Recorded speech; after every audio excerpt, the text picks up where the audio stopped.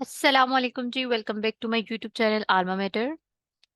European history के past paper solutions की हमने एक सीरीज स्टार्ट की हुई है। इससे पहले मैं यूरोपियन हिस्ट्री के एमसीक्यू सीरीज जो है वो अपलोड कर चुकी हूँ। डिटेल्ड एमसीक्यूज मैंने शेयर किए हैं जो कि ना कि सिर्फ आपके ऑब्जेक्टिव पोर्शन बल्कि सब्जेक्टिव में भी हेल्पफुल रहेंगे। अच्छा, ऑलमोस्ट आज हमारा थर्ड क्वेश्चन है पास्ट पेपर के सॉल्यूशन का। इससे पहले मैंने दो क्वेश्चन यहाँ पे अपलोड किए हैं और दो ही मैंने क्वेश्चन अपने इंस्टा पे अपलोड किए हैं उनके नोट्स। बाकी बहुत से बच्चे मुझसे नोट्स की डिमांड कर रहे होते हैं, तो नोट्स जो है एज सच तो मैं इस तरह नहीं दूंगी। मैं जब तक कंप्लीट जो है वो 5 ईयर के पास्ट पेपर को सॉल्व नहीं कर लेती, ठीक है, उनके मैं नोट्स नहीं बना लेती, देन मैं आप सबसे शेयर कर दूंगी। अच्छा जी, स्टार्ट करते हैं। आज का हमारा क्वेश्चन है, ये 2018 के पेपर से लिया है मैंने।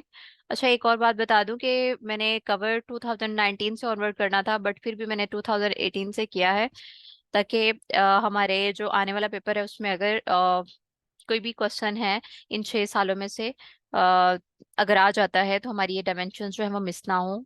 ठीक है। अच्छा, हमारा आज का क्वेश्चन है, capitalist trends promoted the ideologies of secularism and liberalism in the 20th century western Europe।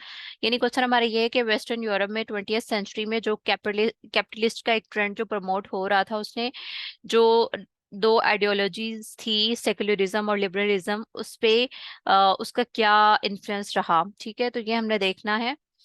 सबसे पहले तो हमारे यहाँ पे कीवर्ड बनते हैं, मतलब तीन कीवर्ड्स, मेन कीवर्ड बनते हैं। एक तो कैपिटलिस्ट हो गया, आपको कैपिटलिस्ट का पता होना चाहिए। कोई भी जब आपने क्वेश्चन सॉल्व करना है तो आपको सबसे पहले इनका कॉन्सेप्ट क्लियर होना चाहिए, देन आप उस क्वेश्चन को अच्छे से सॉल्व कर पाएंगे। ठीक है, तो कैपिटलिस्ट का आपको पता होना चाहिए। देन हमारा सेकंड कीवर्ड मतलब आइडियोलॉजीज आ रही हैं, उसमें सेक्युलरिज्म है, लिबरलिज्म है।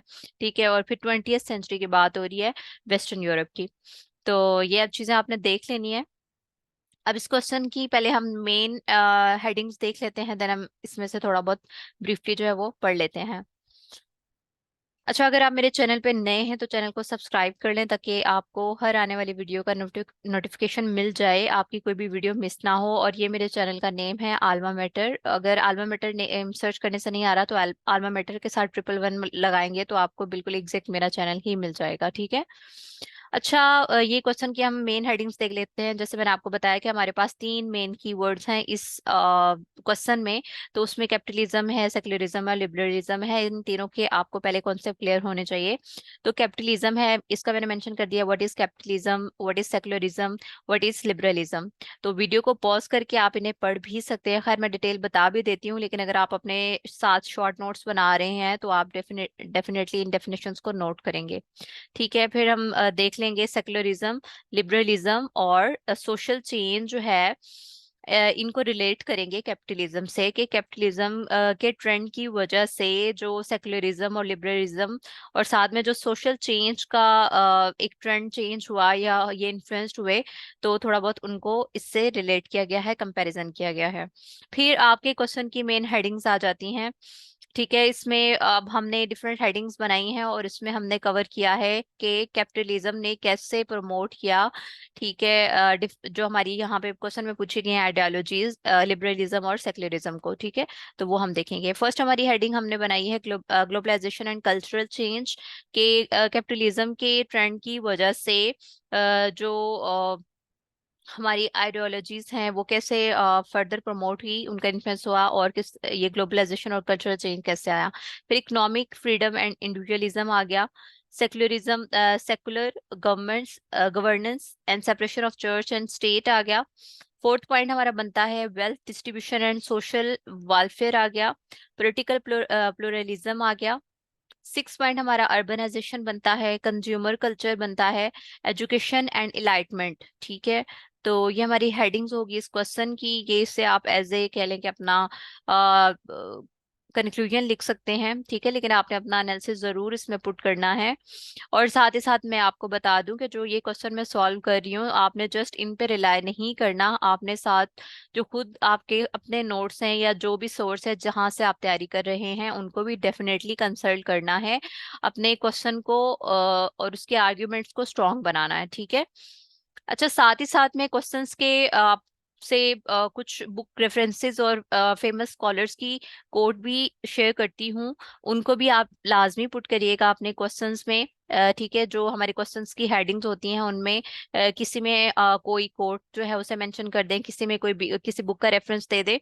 तो इस तरह करके आप अपने आर्ग्यूमेंट्स को स्ट्रॉन्ग बना सकते हैं, अपने आइडियाज को जो है वो अच्छे से कन्वे कर पाएंगे रेफरेंसेस के साथ एग्जामिनर को। ठीक है, तो इससे आपके अच्छे स्कोर करने के चांसेस बढ़ जाएंगे। और ये ना सिर्फ मैं आपको टिप यूरोपियन हिस्ट्री के लिए दे रही हूँ, बल्कि आप बाकी सब्जेक्ट्स में भी इस फॉर्मूला को यूज कर सकते हैं। अच्छा जी, यहाँ पे मैंने कुछ कोट्स मेंशन किए हैं, ऑलमोस्ट 4 कोट्स हैं, तो इनमें से कोई 2 या 3 को भी आप यूज कर सकते हैं। आप एक एक हेडिंग में 2 कोट्स ले लें, बाकी 2 से 3 बुक्स ले लें, और मैक्सिमम 7 से 8 हेडिंग्स अगर बना रहे हैं तो उनमें एक एक पुट कर दें, किसी में कोट कर दें, किसी में बुक रेफरेंस कर दें, और अपने क्वेश्चन को एक्सप्लेन कर दें। अच्छा, तो बाकी एक और मैंने आपको कहा, आपसे बात की थी कि अगर किसी भी क्वेश्चन से रिलेटेड कोई मैप हो तो उसको लाजमी उसमें थोड़ा बहुत रफली ड्रॉ कर दिया करे। उसका भी बहुत प्लस पॉइंट, अच्छा इम्पेक्ट पड़ता है और प्लस पॉइंट आपको मिलते हैं। जैसे हम वेस्टर्न यूरोप की बात करें तो वेस्टर्न यूरोप का डेफिनेटली आपने सर्च करना है मैप, और आपने थोड़ा बहुत ऊपर स्टार्ट में ही जब आपने इंट्रो के बाद क्वेश्चन को स्टार्ट करना है तो 2-3 लाइनें लिखे वहां पे मैप भी बना देना है। अच्छा, यहाँ हमारी कोटेशन है। हमारे पास 4 कह लें कि फेमस स्कॉलर्स हैं, जिसमें सबसे पहले तो हैं जी डैनियल बेल ने एक कोट दी है, और इन्होंने सेक्युलरिज्म और कैपिटलिज्म को डिस्कस किया है। देन कार्ल पोलियनाई है, जिन्होंने लिबरलिज्म और कैपिटलिज्म को डिस्कस किया है। फिर हमारे पास हैं जी फ्रांसिस फुकुयामा, इनकी बहुत सी बुक्स हैं, डिफरेंट टॉपिक्स पे हैं, यानी क्रिमिनोलॉजी पे है, पाकिस्तान अफेयर में। अब आप इनकी काफ़ी बुक्स हैं, उनको आप कोट कर सकते हैं। खैर, इनके बारे में आप सर्च कर लीजिएगा। वैसे तो ऐसे अगर आप सेपरेट किसी टॉपिक के अलावा सर्च करेंगे तो मे बी वैसे बुक्स तो आए, लेकिन वो भी मे बी आपके सिलेबस के रेलेवेंट ना हो। ठीक है, अच्छा, इन्होंने फ्रांसिस ने जी किया है इंडिविजुअलिज्म और कैपिटलिज्म को। और लास्ट है हमारे फोर्थ वन, मैक्स वेबर ने सेक्युलरिज्म लिबरलेशन फ्रॉम ट्रेडिशन को से लेके इनको डिस्कस किया है। फिर मैंने कुछ बुक्स मेंशन कर दिए हैं, यहाँ पे मैंने 6 बुक्स मेंशन किए हैं, तो आपने ये सारी याद नहीं करनी होती। ठीक है, जितना आपको इजी लगता है या जो आपके लिए आपको लगता है कि ये याद करना आसान है, तो उनको आप जो है अपने नोट्स में मेंशन कर लें, ताकि लास्ट टाइम जब आप पेपर में होते हैं, जाहिर है एक पेपर हो गया तो अगले पेपर के लिए सिर्फ 2 घंटे होते हैं, उसमें आपने रिफ्रेश होना होता है, आपने क्या कह ले अपनी एनर्जी गेन करने के लिए थोड़ी रेस्ट करनी होती है, खुद को रिलैक्स करना होता है। और फिर आपने अगर कोई नोट्स रिवाइज करना चाहता है तो बुलेट पॉइंट पे ही नोट्स हमारे काम आते हैं, जिनको हमने रिवाइज करना होता है। तो ये कोट्स और हेडिंग्स और साथ में बुक रेफरेंसेस वगैरह को आप अभी से ही अपने नोट्स में ऐड करते जाएं, ताकि आपके लिए हेल्पफुल हो। ये नोट्स नो डाउट जो ये मैं आपके लिए बना रही हूँ, ये तो मैं आप लोग से शेयर कर दूंगी, बट ये डिटेल नोट्स तो आप अपने साथ नहीं ना लेके जा सकते, फिर भी तो आपको अपने नोट्स बनाने हैं, तो इसलिए आप अभी से साथ साथ अपने नोट्स बना लें। अच्छा जी, बुक रेफरेंसेस है हमारे पास। पहली बुक ली है the age of extremes, a history of the world, 1914 और 1991। ठीक है, तो ये लिखी है जी बाय एरिक हॉब्सबॉर्न है। देन अगली हमारी बुक है the Protestant ethic and the spirit of capitalism by Max Weber है। फिर थर्ड बुक है the road to serfdom by Friedrich Hayek है। कैपिटलिज्म फोर्थ वन है capitalism socialism and democracy by Joseph A Schumpeter. ठीक है, fifth one है the end of the history and the last man. ये book बहुत अच्छी है पढ़ने के हवाले से, इसको आप जस्ट अपनी रैंडम रीडिंग के लिए भी पढ़ सकते हैं, तो ये भी फ्रांसिस फुकुयामा की है। देन सिक्स्थ वन है जी secularism and freedom of conscience, edited by Matthew Feldman and David Nash. तो ये 6 बुक्स हैं, इनको आप लाजमी देख लीजिएगा। बाकी ये मैं आपको क्वेश्चन के बारे में थोड़ा आइडिया दे दूं। जो आज का हमारा क्वेश्चन है, capitalism trends promoted the ideology of secularism and liberalism. इसको इतना आई थिंक मुझे एक्सप्लेन करने की जरूरत नहीं है, थ्रू आउट पढ़ने की जरूरत नहीं है कि मैं आपको पढ़ के बताऊं। ग्लोबलाइजेशन से सब अवेयर होंगे, ये ऐसे भी आता है। ठीक है, तो ऑलमोस्ट उसके ही थोड़े बहुत कॉन्सेप्ट्स को लेके इन चीजों को डिस्कस किया गया है। फिर भी हम देख लेते हैं कि जो कैपिटलिस्ट है, कैपिटलिस्टिक जो है ट्रेंड, वो एक बहुत कॉम्प्लेक्स और मल्टीफेसेड, यानी उसके बहुत सारे फेस थे इस ट्रेंड के। और इन्होंने बहुत सी आइडियोलॉजीज को भी प्रमोट किया, लेकिन एग्जामिनर ने यहाँ पे सेकुलरिज्म और लिबरलिज्म की बात की है, उन्होंने सिर्फ इन दोनों का पूछा है। ठीक है, सबसे पहले आप देख लें व्हाट इज कैपिटलिज्म। कैपिटलिज्म क्या है कि कोई भी एक प्राइवेट इंडिविजुअल है, कॉर्पोरेशन है, कोई भी इंस्टीट्यूट है जो कि आपके ओवरऑल सारे पॉलिटिकल इकोनॉमिकल जो सिस्टम होता है उसको देखता है, वह लेन देन प्रोडक्शन जो हो रही होती है वहाँ का लेन देन, गुड्स और सर्विसेज की डिस्ट्रीब्यूशन को देखता है। एक प्राइवेट सिस्टम, एक प्राइवेट सेक्टर, या कोई भी एक कॉरपोरेशन या कोई भी एक इंडिविजुअल। सेक्युलरिज्म की बात करें तो सेक्युलरिज्म क्या है जी, जो कि एक प्रिंसिपल है जो कि सेपरेट करता है गवर्नमेंट को रिलीजन से। डिटेल आप पढ़ लीजिएगा। लिबरलिज्म क्या है, लिबरलिज्म क्या मतलब एक जो इंडिविजुअल है उसके लिबर्टी की बात हो रही होती है, उसके इक्वालिटी की, उसके बेसिक ह्यूमन राइट्स जो है उनकी बात हो रही होती है, उनके उनकी प्रोटेक्शन की बात हो रही होती है। फिर सेक्युलरिज्म की बात करें तो इसमें क्या होता है, आप ये पढ़ लीजिएगा डिटेल पैराग्राफ कि इसमें क्या होता है। Decline influence of traditional religious institution as people become more economically independent, यानी जब कैपिटलिस्ट में लोग आते हैं, प्राइवेट कॉर्पोरेशंस के अंडर आते हैं, तो लोग जो है वो ज्यादा इंडिपेंडेंट होना शुरू कर देते हैं, यानी लिबरल हो जाते हैं। ठीक है, तो वो क्या करते हैं, वो अपनी सेकुलरिज्म जो उनके इंटरेस्ट होते हैं, उनकी जो वैल्यूज होती हैं, उनको प्रायोरिटाइज करना शुरू कर देते हैं अपने रिलीजियस जो कह ले के बेसिक उनके इंटरेस्ट होती हैं और वैल्यूज होती हैं उनके ऊपर प्रायोरिटाइज कर रहे होते हैं अपने सेल्फ कह लो के प्रोग्रेस को, अपने सेल्फ कह लो के प्रोग्रेस को। ठीक है, फिर हमारा लिबरलिज्म है। लिबरलिज्म को भी हमने कैपिटलिज्म से रिलेट किया है कि जाहिर है जब कैपिटलिज्म आ जाती है, एक इंसान जो होता है वो उसे सिर्फ और सिर्फ अपने आप की पड़ जाती है, अपने बेसिक राइट की पड़ जाती है, अपनी लिबर्टी की, अपनी इक्वालिटी की पड़ जाती है, वो जिस सेक्टर में भी रहे।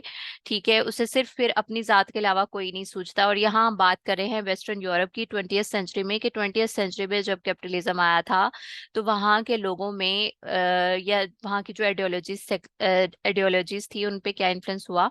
तो आई थिंक आप ये बात समझ गए होंगे कि वहाँ पे क्या क्या जो है वो चेंज आए। ठीक है, फिर यहाँ सोशल चेंज की बात की है। जाहिर है जब सोशल चेंज आएगा तो डिफरेंट जो पार्ट्स हैं उनके स्ट्रक्चर चेंज हो जाएंगे, हायरार्कीज चेंज हो जाएंगी। ठीक है, और जो अथॉरिटीज थी इससे पहले, यानी मोनार्कीज रही, ऑटोक्रेसीज रही, वो इन्फ्लुएंस होंगी, उनका जो रूल होगा वो खत्म हो जाएगा। सोशल चेंज आएगा कैपिटलिज्म से। कैपिटलिस्टिक जो एक ट्रेंड था उससे क्या होगा, एक सोशल चेंज आएगा, ट्रेडिशंस बदल जाएंगी, लोग अपनी लिबर्टी के लिए बात करेंगे, अपनी इंडिविजुअलिटी के लिए बात करेंगे, वो इग्नोर कर देंगे अपने रिलीजियस राइट्स को, अपने रिलीजियस वैल्यूज को, अपनी मोनार्कीज को, जो उनकी ऑटोक्रेसीज, जो उनकी हुकूमत गवर्नमेंट्स होती हैं उनको इग्नोर करना शुरू कर देंगे। ठीक है, मतलब इन फ्यूचर भी, और जब वेस्टर्न यूरोप में 20th सेंचुरी का ये दौर था तो तब भी ऐसा ही हुआ था। ठीक है, अच्छा ग्लोबलाइजेशन एंड कल्चरल की बात करें तो ग्लोबलाइजेशन को जैसे आपको पता ही है कि एक्सपेंशन जब होती है कैपिटलिज्म की थ्रू आउट, ग्लोबलाइजेशन का तो कॉन्सेप्ट क्लियर होगा ही ग्लोबली। ठीक है, ग्लोबली जब बहुत से ममालिक, डिफरेंट दुनिया में बहुत से ममालिक आपस में लेन देना शुरू कर देते हैं, तो इससे क्या होता है, लोगों के ताल्लुकात बढ़ते हैं, उनके रिलेशंस बढ़ते हैं, लोगों की नजरियात बदल जाते हैं, उनकी सोच बदल जाती है, उनके ख्यालात बदल जाते हैं, इससे वो अपनी ट्रेडिशंस चेंज करना शुरू कर देते हैं। ठीक है, देन वो दूसरों के कल्चर्स को अपने कल्चर में मर्ज करना शुरू कर देते हैं। बाज दफा तो अडॉप्ट कर लिया जाता है, जैसे अभी हमारे पाकिस्तान में भी हो रहा है कि हम वेस्ट कल्चर को ज्यादा ज्यादा अडॉप्ट करना शुरू कर रहे हैं। अभी इतना अगर हम बात करें अपने ओवरऑल ड्रामा इंडस्ट्रीज की या फिल्म इंडस्ट्री की, तो वहाँ तो ये सब कुछ खैर चल ही रहा है। अच्छा, तो ग्लोबलाइजेशन से ना सिर्फ ये चेंजेस आते हैं, ना के कल्चरल चेंज आता है, बल्कि और भी इसके मतलब फायदे भी हैं, नुकसान भी हैं। फायदे भी होते हैं, यानी मुल्क तरक्की करता है, उसमें लोगों को मतलब नॉलेज मिलता है, अवेयरनेस होती है, हेल्प मिलती है। फॉरेन जो मालिक होते हैं जो प्रोग्रेस कर रहे हैं आईटी में, ओवरऑल कह लें कि बाकी सेक्टर्स में, ठीक है। तो ना कि सिर्फ हमें हमारे लिए रास्ते खुलते हैं, हमारी जनरेशन उन चीज़ों से अवेयर होती है जो कि हम बिल्कुल बहुत पीछे हैं अभी पाकिस्तान। वैसे मैं अभी करंट इशू को लेके थोड़ा बहुत मेरे मुंह से बार बार बातें निकल रही हैं। खैर, हम वेस्टर्न यूरोप की बात करें तो तब वेस्टर्न यूरोप में भी यही हुआ था कि कैपिटलिज्म जब कैपिटलिस्टिक जब ट्रेंड शुरू हुआ, तो वहाँ के लोगों में भी क्या हुआ, वहाँ के उनके भी आइडियाज जो है वो क्या हुए, चेंज होना शुरू हो गया, उन्होंने अडॉप्ट करना शुरू कर दिया और इसके नुकसान भी हुए। जाहिर है, जब लोग आते जाते हैं एक मुल्क से दूसरे मुल्क में, अगर आपने ये ऐसे पढ़ा है तो आपको बहुत से इसके नुकसान भी पता चलेंगे, बीमारियां फैलती हैं और बहुत से, खैर जैसे मतलब कल्चर चेंज हो रहा है तो फिर एक कौम जो है वो अपनी आइडेंटिटी जो है वो भूल जाती है, ठीक है। तो इस तरह से, खैर बाकी है। अगला हमारा सेकंड पॉइंट है इकोनॉमिक फ्रीडम एंड इंडिविजुअलिज्म। इसमें क्या होता है जी के, इसमें क्या होता है कि एक इंडिविजुअल जो है वो इकोनॉमिकली यानी सेल्फ इंडिपेंडेंट हो जाता है, वो अपने डिसीजंस खुद करना शुरू कर देता है, उसे अपने किसी भी ऊपर जो उसकी अथॉरिटी होती है उसका किसी का डर नहीं होता, ठीक है। वो अपने गवर्नमेंट की जो इंटरफेरेंस होती है उसको बिल्कुल इग्नोर कर देता है, अपनी पर्सनल डेवलपमेंट के लिए पर्सनल ऑटोनॉमी को जो है वो प्रेफर करता है। फिर सेकुलरिज्म, सेकुलर गवर्नेंस और separation of church and state. इसमें क्या होता है कि लोग जो है वो मतलब जाहिर है जैसे मैंने आपको बताया कि लोग अपने ट्रेडिशंस को, अपने रिलीजियस वैल्यू को भूल के दूसरों के जो होते हैं रिलीजियस वैल्यूज उनको अडॉप्ट करना शुरू कर देते हैं और उनमें फर्दर पार्टिसिपेट करना शुरू कर देते हैं और अपनी जो सेक्युलरिज्म होती है उसको फर्दर प्रमोट करना शुरू कर देते हैं, उसको पुश करना शुरू कर देते हैं, सिर्फ अपनी अपनी कह लो कि सेल्फ इंडिपेंडेंसी के लिए, सेल्फ और पर्सनल डेवलपमेंट के लिए। फिर है wealth distribution and social change. तो इसमें क्या होता है कि अगर मतलब कैपिटलिस्ट से क्या होता है जी के वेल्थ जो होती है उसमें फर्दर वेल्थ की जनरेशन में फर्दर इकोनॉमिक डिस्पैरिटीज आ जाती हैं। लेकिन इसमें अगर हम वेलफेयर सिस्टम्स की बात करें तो वो एक इम्पोर्टेंट रोल प्ले कर सकती हैं ओवरऑल सोसाइटी में स्टेबिलिटी लाने के लिए। तो इसको मजीद आप स्टॉप करके पढ़ लीजिएगा। फिर पॉलिटिकल पोलरिज्म है, इसको पॉलिटिकल इंस्टेबिलिटी भी कह सकते हैं, जिससे मतलब एक अगर पार्टी रूल कर रही होती है तो इससे फर्दर क्या होता है कैपिटलिस्टिक ट्रेंड से, मतलब वेस्टर्न यूरोप में क्या हुआ था कि बहुत सी जो कह लें कि मल्टीप्लाई हो गई थी एक पार्टी से, फर्दर और पार्टीज जो है वो उन्होंने जन्म लिया, ठीक है। उन्होंने वो इमर्ज हुई, हर एक ने अपनी इंडिविजुअलिटी के लिए, अपनी पहचान के लिए, अपनी रिप्रेजेंटेशन के लिए उन्होंने अपनी आइडियोलॉजीज देना शुरू कर दी। तो इससे क्या हुआ, कह लो जाहिर है फिर एक कॉम्प्लेक्स इन्वायरमेंट बन जाता है, हर एक जो है वो अपने राइट्स के लिए लड़ना शुरू कर देता है, तो वो काफी सीन जो है वो खराब हो जाता है, ठीक है। तो बाकी आप देख लीजिएगा। अच्छा, the presence of diverse political option promote pluralism and allow for expressing various beliefs including secularism and liberal values, ठीक है। फिर अर्बनाइजेशन आ जाता है। इससे क्या होता है कि आइडियाज डिवोर्स हो जाते हैं, कल्चर डिवोर्स हो जाता है, लोग जो है जाहिर है अगर निचले दर्जे के रहने वाले लोग हैं या गरीब तबके के लोग हैं जो मतलब उसके अलावा जो गांव में रहने वाले लोग होते हैं, जब वो शहरों के शहर में रहने वाले लोगों को देखते हैं, उनको आगे बढ़ता हुआ देखते हैं, उनको तरक्की करता हुआ देखते हैं, उनके बच्चों को पढ़ते हुए देखते हैं, तो वो भी कोशिश करते हैं कि वो भी अपनी सोच को बदलें, ठीक है। और ऐसा होता भी है, लोग बदलते हैं। और इस तरह वेस्टर्न यूरोप में भी ऐसा ही हुआ कि वहाँ के लोगों ने मतलब जो है छोटे इलाके या आप कह लो कि कस्बे थे, वहां से मूव ऑन करना शुरू कर दिया शहरों की तरफ, डिफरेंट अपॉर्चुनिटीज के सर्च में, ठीक है, जॉब्स के लिए, अपने बच्चों के अच्छे फ्यूचर के लिए, एजुकेशन के लिए उन्होंने अपने आइडियाज, अपने कल्चर सबको चेंज करना शुरू कर दिया और इस तरह से वो ओपन आउटस्पोकन कह लो कि इन्वायरमेंट को उन्होंने अडॉप्ट कर लिया। देन है जी कंज्यूमर कल्चर। इसमें क्या होता है कि कंज्यूमर कल्चर में क्या होता है कि इसमें भी लोग जो हैं वो अपने फर्दर कह लो कि सेक्युलरिज्म को फर्दर प्रमोट करना शुरू कर देते हैं, ठीक है।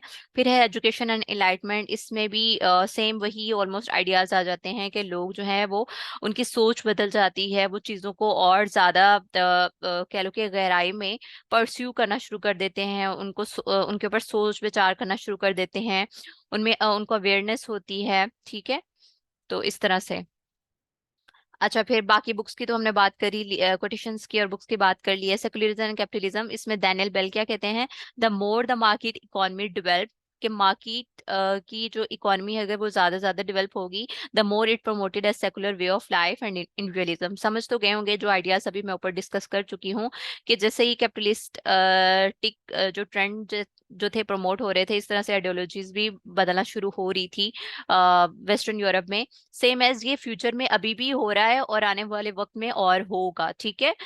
तो अच्छा, ये जो कोटेशंस और ये जो बुक रेफरेंसेस मैंने यहाँ ऐड किए हैं, ये आपके ऐसे में भी हेल्पफुल रह सकते हैं, तो इनको आप अपने ऐसे के लिए भी नोट कर लीजिएगा। यानी ग्लोबलाइजेशन का जो ऐसे आता है ना, उसमें भी आपके लिए बहुत हेल्पफुल रहेगा। अच्छा, तो एक जितनी मार्केट अपनी प्रमोट करेगी, अपनी कह लो कि फर्दर पहचान बनाएगी, अप्रोच अपनी अपना एक स्टेटस लेके आएगी वर्ल्ड में, उतनी ही वो ज्यादा सेकुलर लाइफ और एक इंडिविजुअलिज्म को प्रमोट करेगी। ये डैनियल बेल ने कहा है। फिर कार्ल क्या कहते हैं जी, the capitalist system in the course of its development.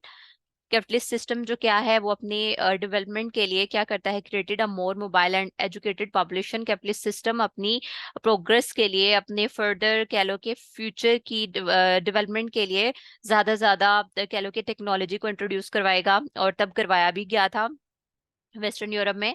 और पढ़े लिखे लोगों को फर्दर कह लो कि अपॉर्चुनिटीज देगा। तो इससे क्या होगा, which was more willing to embrace liberal values. तो इससे क्या होगा कि लिबरल वैल्यूज अडॉप्ट की जा रही है, और तब वेस्टर्न यूरोप में 20th सेंचुरी में अडॉप्ट हुई भी थी, ठीक है। फिर इंडिविजुअलिज्म, इसमें फ्रांसिस क्या कहते हैं जी, capitalism fostered a culture of individualism, ठीक है, कि कैपिटलिस्ट जो है वो फोस्टर करता है, प्रमोट करता है, नरिश करता है कौन से कल्चर को, इंडिविजुअलिज्म के कल्चर को, जो कि जो हमारी ट्रेडिशनल रिलीजियस और हमारी ट्रेडिशनल वैल्यूज हैं, उनको लोग जो है वो डिक्लाइन करना शुरू कर देते हैं, उनको इग्नोर करना शुरू कर देते हैं, ठीक है। जो हमारी अथॉरिटीज होती हैं उनको भी जो हमारी ऑटोक्रेसीज होती हैं, मोनार्कीज होती हैं, उनका भी डिक्लाइन हो जाता है। तो ये फ्रांसिस कहते हैं। फिर हमारे पास है जी मैक्स वेबर, वो क्या कहते हैं जी, rise of capitalism in Western Europe contributed to the decline of religious authority and promotion of the secular value.